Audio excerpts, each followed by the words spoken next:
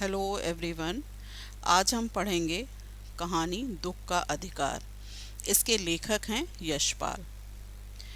यशपाल जी की यह कहानी समाज में फैले अंधविश्वासों, ऊंच नीच और अमीरी गरीबी के भेदभाव से पर्दा उठाती है। साथ ही लोगों की गरीबों के प्रति मानसिकता को भी उजागर करती है। लेखक ने अपनी इस कहानी में एक गरीब बुढ़िया को केंद्र में रखकर यह स्पष्ट किया है कि दुख की अनुभूति अमीर हो या गरीब सभी को समान रूप से होती है। दुख में हर कोई मातम मनाना चाहता है, अपना दुख बांटना चाहता है, पर अनेक ऐसे लोग हैं जिन्हें समाज ना तो दुख मनाने का अधिकार देता है और ना ही अवकाश। तो चलिए पढ़ते हैं ये कहानी दुख का अधिकार। मनुष्यों की पोशाकें उन्हें विभिन्न श्रेणियों में बांट देती हैं। प्रायः पोशाक ही समाज में मनुष्य का अधिकार और उसका दर्जा निश्चित करती हैं। वह हमारे लिए अनेक बंद दरवाजे खोल देती हैं, परंतु कभी ऐसी भी परिस्थिति आ जाती है कि हम जरा नीचे झुककर समाज की निचली श्रेणियों की अनुभूति को समझना चाहते हैं। उस समय यह पोशाक ही बंधन और अड़चन बन जाती है। जैसे वायु की लहरें कटी हुई पतंग को सहसा भूमि पर नहीं गिर जाने देती, उसी तरह खास परिस्थितियों में हमारी पोशाक हमें झुक सकने से रोके रखती हैं। यहाँ पर लेखक ने पाठ की शुरुआत की है। सबसे पहले उन्होंने इस बात को स्पष्ट किया है कि मनुष्यों की पोशाकें उन्हें विभिन्न श्रेणियों में बांट देती हैं। विभिन्न श्रेणियों में बांटती हैं पोशाकें, अर्थात व्यक्ति ने जैसे कपड़े पहने होते हैं उसी के आधार पर हमें पता चलता है कि वो व्यक्ति कैसा है, वो उच्च वर्गीय है या निम्न वर्गीय है। तो इसकी वजह से क्या होता है कि हम अक्सर ही पोशाक यानी वस्त्रों से ही समाज में मनुष्य का अधिकार और उसका दर्जा पता चल जाता है। क्योंकि निश्चित ही है कि अगर कोई व्यक्ति अच्छे ऑफिस में काम करता है, ऊंची पोस्ट पर काम करता है, तो उसके कपड़े दूसरी तरह से होंगे। और वही दूसरा व्यक्ति अगर मजदूर है, खेतों में काम करता है, कहीं किसी फैक्ट्री में काम करता है, तो उसके कपड़े अलग तरीके के होंगे। तो इससे हमें सबसे पहले उस व्यक्ति को जैसे ही हम देखते हैं तो उसके कपड़ों से ही हमें पता चल जाता है कि वो किस श्रेणी का होगा, उसका क्या दर्जा है। और इन्हीं पोशाकों की वजह से कई बार ऐसा होता है कि हमें समाज में दरवाजे जो बंद होते हैं वो खुल जाते हैं। क्योंकि हमें कई बार ऐसा होता है कि हमारे कपड़ों की वजह से ही सम्मान मिल जाता है। कई बार ऐसा भी है कि भले ही हम कितने ज्ञानी हों, भले कितने हम बड़े आदमी क्यों ना हो, हमारे पास कितनी भी धन संपदा ना हो क्यों ना हो, अगर हमने ढंग से कपड़े नहीं पहने तो सामने वाले को हमारे लिए कोई उतनी इज्जत नहीं होती है। तो कई बार ऐसा अवसर जीवन में आता है कि हमें सिर्फ पोशाकों की वजह से ही अवसर प्राप्त हो जाता है।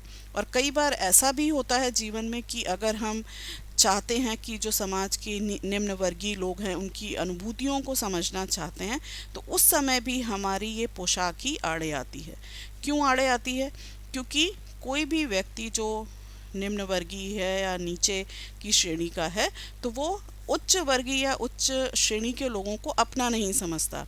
उनके साथ एक बटा हुआ जो समाज में एक भावना है वो बटी हुई है, तो वो उनको अपना नहीं समझता और अपनी अनुभूतियों को उनके साथ शेयर नहीं करता। तो उस समय लेखक ने क्या कहा है कि ऐसी स्थिति जब आती है कि हम निचली श्रेणियों को अनुभूति समझना चाहते हैं, तो उस समय पोशाक ही हमारी बंधन और अड़चन बन जाती है। क्योंकि उस पोशाक के कारण ही, पोशाक का अर्थ यहाँ पर हमारा अभिजात्यपना है, हमारा अहम है, वो हमें बंधन में डाल देता है।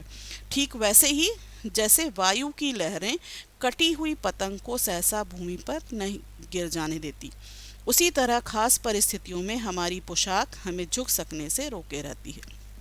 क्योंकि जैसे कभी पतंग है, वो देखो अगर पतंग उड़ते हुए और अगर वो कट जाती है पतंग, तो सीधे ज़मीन पर नहीं गिरती, बल्कि वो हवा के साथ काफ़ी देर तक आकाश में ही उड़ती रहती है, फिर वो धीरे धीरे नीचे गिरती है।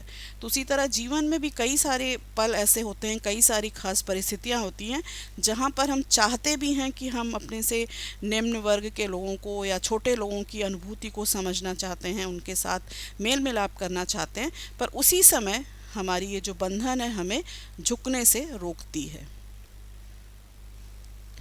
कहानी की शुरुआत करते हैं लेखक कि बाजार में फुटपाथ पर कुछ खरबूजे डलिया में और कुछ जमीन पर बिक्री के लिए रखे जान पड़ते थे। खरबूजों के समीप एक अधेड़ उम्र की औरत बैठी रो रही थी। खरबूजे बिक्री के लिए थे, परंतु उन्हें खरीदने के लिए कोई कैसे आगे बढ़ता। खरबूजों को बेचने वाली तो कपड़े से मुंह छुपाए सिर को घुटनों पर रखे फफक फफक कर रो रही थी। यानी लेखक ने कहानी शुरू की है तो उसमें एक अधेड़ उम्र की यानी बुढ़िया है, थोड़ी सी, ज़्यादा बुढ़िया भी नहीं है और ज़्यादा जवान भी नहीं है, तो वो बैठी हुई है और रो रही है। रोने के साथ साथ उसके सामने एक खरबूजे की डलिया भी रखी है, तो ऐसा लगता है कि शायद वो बाजार में बैठी है तो खरबूजों को बेचने के लिए ही आई है, परंतु कोई भी उस बुढ़िया से खरबूजे खरीद नहीं रहा है। कोई खरीदता भी कैसे, क्योंकि वो जो बुढ़िया थी अपने घुटनों पे सर रखे हुए जोर जोर से रो रही थी। पड़ोस की दुकानों के तख्तों पर बैठे या बाजार में खड़े लोग घृणा से उस स्त्री के संबंध में बातें कर रहे थे। उस स्त्री का रोना देखकर मन में एक व्यथा सी उठी, पर उसके रोने का कारण जानने का उपाय क्या था। फुटपाथ पर उसके समीप बैठ सकने में मेरी पोशाक ही व्यवधान बन खड़ी हो गई थी। लेखक ने बताया कि जब उसने देखा कि वहाँ पर बुढ़िया सड़क के किनारे बैठकर रो रही है और साथ ही साथ उसने ये भी देखा कि पड़ोस में जो और भी दुकान के तख्तों पर लोग बैठे थे या बाजार में जो लोग खड़े हुए थे वो लोग घृणा से उस स्त्री को देख रहे थे, उसके संबंध में बातें भी कर रहे थे, तो लेखक के मन में एक व्यथा, एक दुख सा होता है कि वो जानना चाहता है कि वो आखिर वो महिला रो क्यों रही है, लेकिन वो उस कारण को जान नहीं पाता है। क्यों? क्योंकि उसके साथ पोशाक उसकी बाधा बन जाती है। फुटपाथ पर उस बुढ़िया के सामने कैसे बैठे, वो कैसे उनके साथ बात करे, तो वो पोशाक की व्यवधान बनकर खड़ी हो जाती है और वो जान नहीं पाता कि वो बुढ़िया क्यों रो रही है। तभी लेखक ने सुना एक आदमी ने घृणा से एक तरफ थूकते हुए कहा, क्या ज़माना है, जवान लड़के को मरे पूरा दिन नहीं बीता और यह बेहया दुकान लगा के बैठी है। दूसरे साहब अपनी दाढ़ी खुजाते हुए कह रहे थे, अरे जैसी नीयत होती है अल्लाह भी वैसी ही बरकत देता है। यानी लेखक ने वहाँ पर लोगों को बोलते हुए सुना कि एक ने कहा कि क्या ज़माना आ गया है, जवान लड़का था, अभी मरे हुए पूरा एक दिन भी नहीं बीता और यह बेहया दुकान लगाने आ गई। फिर दूसरे कहते हैं, अरे जिसकी जैसी नीयत होती है, जैसी इरादा होता है, वैसे ही ईश्वर उसको बरकत यानी वैसी ही उसको लाभ देते हैं। सामने के फुटपाथ पर खड़े एक आदमी ने दिया सलाई की तीली से कान खुजाते हुए कहा, अरे इन लोगों का क्या है, ये कमीने लोग रोटी के टुकड़े पर जान देते हैं। इनके लिए बेटा बेटी, खसम लुगाई, धर्म ईमान सब रोटी का टुकड़ा है। यानी फुटपाथ पर जो एक आदमी खड़ा था वो भी कहता है कि भाई इन लोगों का क्या है, तो छोटे आदमी हैं, तो एकदम कमीने लोग हैं, सिर्फ रोटी के बल पर ही जिंदा रहते हैं, इनको रोटी के टुकड़ों पर ही जान देते हैं। इनके लिए बेटा बेटी, खसम लुगाई, खसम यानी कि पति, लुगाई यानी पत्नी, धर्म ईमान सब कुछ रोटी का ही टुकड़ा है।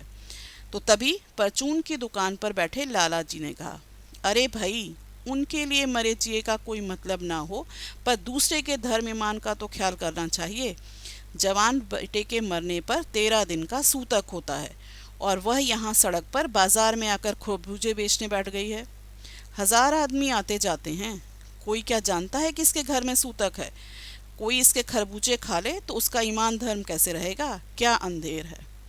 तभी परचून की दुकान पर जो लाला जी बैठे हुए थे, परचून यानी जो सामान्य चीज़ें होती हैं रोज़मर्रा की, उसकी जो दुकान होती है, वहाँ पर जो लाला जी बैठे थे उन्होंने कहा, भाई इसके लिए कोई मरने जीने का मतलब हो या ना हो, पर इसे दूसरे के धर्म ईमान का तो ख्याल रखना चाहिए, क्योंकि हमारे यहाँ समाज में मान्यता है कि अगर किसी के यहाँ मृत्यु हो जाती है तो 13 दिन का सूतक मनाया जाता है। यानी उसको 13 दिन तक उस परिवार के साथ कोई मेल मिलाप नहीं रखते, उसके घर का कोई खाते नहीं हैं, पीते नहीं हैं, तो वो 13 दिन के लिए उसको सूतक मनाया जाता है। और उसको जब, क्योंकि उसका बेटा भी बुढ़िया का एक दिन पहले ही मरा था और वो बाज़ार में खरबूजे बेचने आ गई, तो वहाँ पर तो बहुत सारे आदमी आते जाते हैं, तो किसी को क्या पता कि इसके घर में सूतक है, तो अगर कोई खरबूजे खा लेगा तो उसका ईमान कैसे बचेगा, कैसे उसका धर्म रहेगा।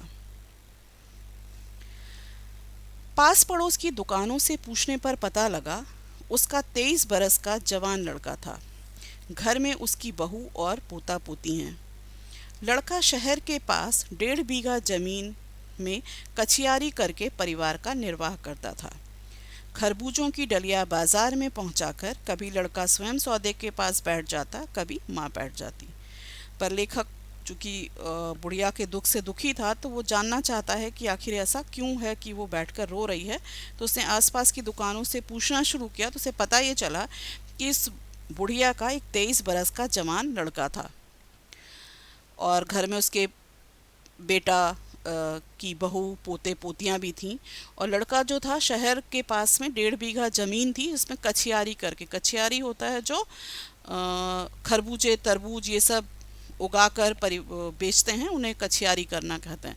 तो वो परिवार उसी से अपने जीवन का यापन करता था। तो क्या करता था कि कभी वो खरबूजे की डलिया बाजार में लेके जाता था, कभी वो स्वयं ही बेचता था खरबूजे और कभी उसकी माँ बेचने लगती थी। तो हुआ क्या था कि लड़का परसों सुबह मुंह अंधेरे बेलों में से पके खरबूजे चुन रहा था। गीली मेड़ की तरावट में विश्राम करते हुए सांप पर लड़के का पैर पड़ गया और सांप ने लड़के को डस लिया। हुआ क्या कि एक दिन पहले वो गया था वहाँ पर सांप उसमें बेलों से खरबूजे तोड़ने के लिए। तो उस समय जब वो खरबूजे चुन रहा था, तो उसी समय गीली मेड़, जब खेत हम बनाते हैं तो उसके चारों तरफ मिट्टी से बाउंड्री सी बनाते हैं, इसको मेड़ कहा जाता है। तो वहाँ पर कोई सांप था और उस सांप ने उस लड़के को डस लिया। और उससे क्या हुआ कि जब बुढ़िया को पता चला कि उसके बेटे को सांप ने डस लिया है, तो वो बावली होकर ओझा को बुला लाई। जब ओझा आया तो उसने झाड़ना फूकना शुरू किया, नाग देवता की पूजा होने लगी। और पूजा के लिए फिर क्या करते, दान दक्षिणा चाहिए, कुछ ना कुछ तो हमें चढ़ावा चढ़ाना होता है पूजा के लिए, तो वो सब भी करना था।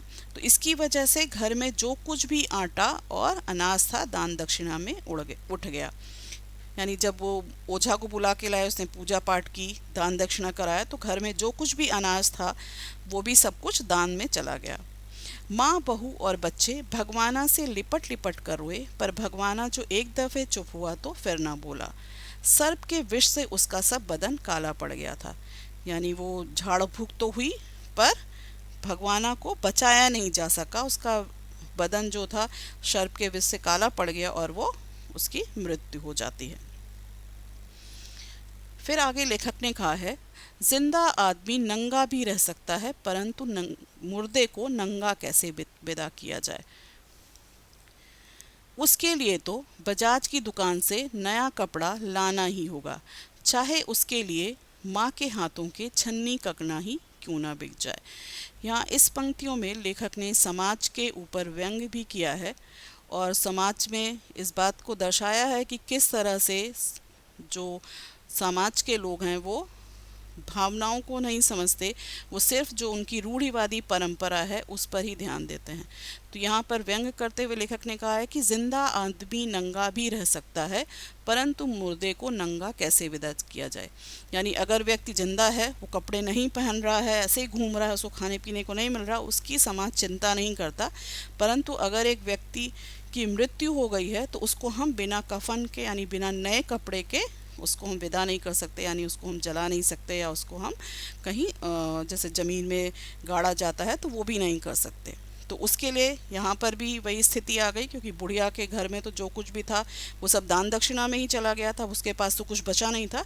तो उसके लिए क्या किया कि अब चूँकि कफन के लिए बजाज की दुकान, जो कपड़े की दुकान होती है, वहाँ से तो कपड़ा लाना ही था। तो उसके लिए उसकी माँ के हाथों के छन्नी कंकना, यानी जो छोटे मोटे आभूषण थे, वही बेचकर उसने वो लेकर आई कफन भगवाना के लिए।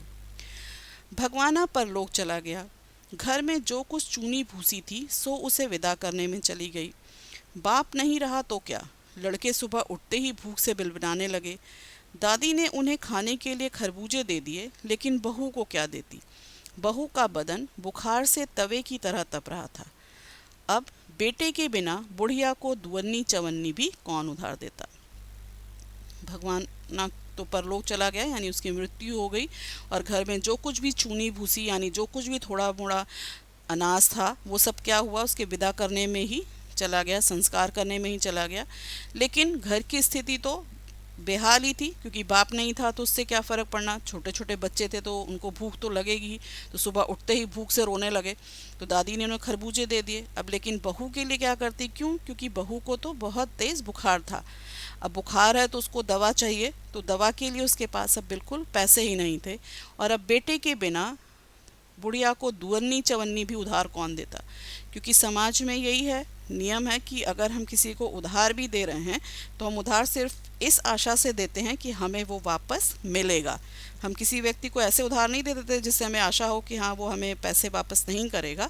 तो वही स्थिति यहाँ पर बुढ़िया की हो गई, क्योंकि अब बेटा तो था नहीं, यानी कोई कमाने वाला नहीं घर में बचा, तो कोई भी उसको उधार देने के लिए भी तैयार नहीं था कि अगर हमने उधार दिया तो बुढ़िया उस उधार को वापस नहीं कर पाएगी। बुढ़िया रोते रोते और आंखें पूछते पूछते भगवाना के बटोरे हुए खरबूजे डलिया में समेटकर बाजार की ओर चली, और चारा भी क्या था। बुढ़िया खरबूजे बेचने का साहस करके आई थी, परंतु सिर पर चादर लपेटे, सिर को घुटनों पर टिकाए हुए फफक फफक कर रो रही थी। कल जिसका बेटा चल बसा, आज वह बाजार में सौदा बेचने चली है। हाय रे पत्थर दिल। क्योंकि अब उसके पास तो कोई चारा नहीं बचा कि बुढ़िया अपनी बहू के लिए वो कहाँ से दवा के लिए पैसे लाए, और घर में भी खाने पीने को कुछ नहीं था। तो इससे मजबूरी में वो रोते रोते जो खरबूजे उसका बेटा इकट्ठा करके गया था वो लेकर बाज़ार की ओर जाती है, और उसको वो बेचने के लिए, क्योंकि अब उसके पास और कोई रास्ता नहीं बचा था। अब वो खरबूजे बेचने का साहस करके तो चली आई कि बाज़ार में वो खरबूजे बेच लेगी, लेकिन अब चूंकि एक दिन पहले ही उसके बेटे की मृत्यु हुई थी तो वो बिल्कुल शोकग्रस्त थी। तो वो सिर छिपाए हुए फपक फपक कर रो रही थी, और साथ ही साथ मन में ये सोच भी रही थी कि कल ही उसका बेटा चल बसा है और आज वो बाजार आ गई है सौदा बेचने के लिए। वो कितनी पत्थर दिल है, यानी वो पछतावा भी उसे हो रहा था, दुख भी हो रहा था, जिसकी वजह से वो रो रही थी। उस पुत्र वियोगिनी के दुख का अंदाजा लगाने के लिए पिछले साल अपने पड़ोस में पुत्र की मृत्यु से दुखी माता की बात सोचने लगा। वह संभ्रांत महिला पुत्र की मृत्यु के बाद 2.5 मास तक पलंग से उठ न सकी थी। उन्हें 15-15 मिनट बाद पुत्र वियोग से मूर्छा आ जाती थी, और मूर्छा न आने की अवस्था में आंखों से आंसू न रुक सकते थे। दो दो डॉक्टर हरदम सिराने बैठे रहते थे, हरदम सिर पर बर्फ रखी जाती थी। शहर भर के लोगों के मन में उस पौत्र शोक से द्रवित हो उठे थे।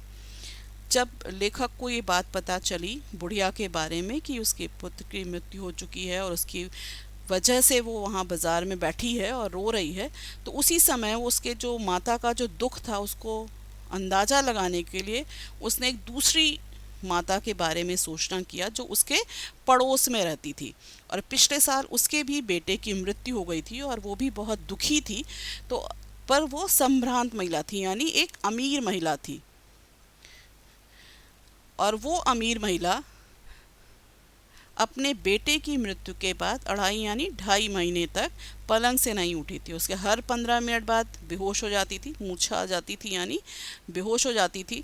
और अगर वो मूर्छित नहीं हुई यानी बेहोश नहीं हुई तो उसके आंखों से आंसू नहीं रुकते थे। उसके सिराने मतलब उसकी देखभाल करने के लिए हमेशा ही घर में 2-2 डॉक्टर लगे रहते थे, हमेशा ही सिर पर बर्फ़ रखी जा रही थी, और शहर भर के सारे लोग उसके दुख से दुखी थे। सारे लोगों में ये बातचीत होती रहती थी कि अरे उस महिला का पुत्र मर गया, वो कितनी दुखी है, कितनी परेशान है। जब मन को सूझ का रास्ता नहीं मिलता तो बेचैनी से कदम तेज हो जाते हैं। उसी हालत में नाक ऊपर उठाए राह चलतों से ठोकरे खाता मैं चला जा रहा था, सोच रहा था, शोक करने का, गम मनाने के लिए भी सहूलियतें चाहिए, और दुखी होने का भी एक अधिकार होता है। तो लेखक ने जब उस पुत्र वियोगिनी बुढ़िया के बाद दुख और पुत्र वियोगिनी संभ्रांत महिला के दुख की तुलना करता है तो उसका मन बहुत बेचैन हो जाता है, और उसके मन को कोई रास्ता नहीं मिलता तो वो बेचैनी में बिल्कुल तेज़ी के साथ चलने लगता है, और चलते चलते रास्ते में लोगों से ठोकरे भी खाता है, और साथ ही साथ वो सोचता रहता है कि शोक करने, गम मनाने के लिए भी सहूलियत चाहिए, और दुखी होने का भी एक अधिकार होता है। क्योंकि जब हम शोक मनाना चाहते हैं, गम मनाना चाहते हैं, तो हमारे पास सहूलियत यानी सुविधा भी होनी चाहिए। क्योंकि अगर हमारे पास सुविधा नहीं है, हमारे पास पैसे नहीं हैं, तो हम कैसे बिना काम किए, बिना कैसे रह सकते हैं। और दुख मनाने का भी एक तरह से अधिकार होता है, क्योंकि इस पाठ में भी आपने देखा कि किस तरह से एक बुढ़िया जो कि गरीब थी, वो इतनी दुखी थी, और उसके साथ समाज का कोई भी व्यक्ति साथ में नहीं खड़ा था। क्यों? क्योंकि वो एक गरीब माता थी। और वहीं दूसरी तरफ जो एक संभ्रांत महिला थी, यानी कि जो अमीर महिला थी, उसके भी बेटे की मृत्यु हो जाती है। तो उसके साथ एक तो उसे पूरा 2.5 महीने तक पलंग से नहीं उठी, तो उसके जीवन यापन मतलब घर की व्यवस्था चलती रही। डॉक्टर भी पूरे समय बैठे रहे, और पूरा समाज भी उसके शोक से दुखी था, जबकि बुढ़िया को लोग ताने दे रहे थे। तो इसीलिए लेखक ने कहा है कि शोक करने का, गम मनाने के लिए भी एक सुविधा होनी चाहिए। क्योंकि अगर आपके पास पैसे नहीं हैं, आपके पास हैसियत नहीं है, तो आप शोक भी नहीं बना सकते, क्योंकि ये समाज आपको ये अधिकार नहीं देता। तो आशा है आपको ये कहानी का अर्थ समझ में आ गया होगा। तो नेक्स्ट इसके बाद हम आगे इसके जो पात्र हैं और उनका जो चरित्र चित्रण है वो अगली बार पढ़ेंगे। धन्यवाद।